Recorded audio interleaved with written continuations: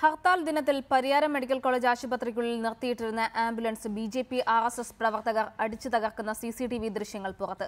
സംഭവത്തിൽ കണ്ടാലറിയുന്ന 20 പേർക്കെതിരെ പരിയാരം പോലീസ് കേസെടുത്തു. സംഭവത്തിൽ പ്രതിഷേധിച്ച് കണ്ണൂർ ജില്ലയിൽ ആംബുലൻസ് ഡ്രൈവർമാർ പണിമുടക്കുകയാണ്. കൊല്ലപ്പെട്ട ബിജുവിന്റെ പോസ്റ്റ്മോർട്ടം നടപടികൾ പരിയാരം മെഡിക്കൽ കോളേജ് ആശുപത്രിയിൽ നടക്കുന്നതിനിടെയാണ് ആശുപത്രി കോമ്പൗണ്ടിനുള്ളിൽ നിർത്തിയിട്ടിരുന്ന ആംബുലൻസ് ഒരു സംഘം ആളുകൾ അടിച്ചു തകർത്തത്.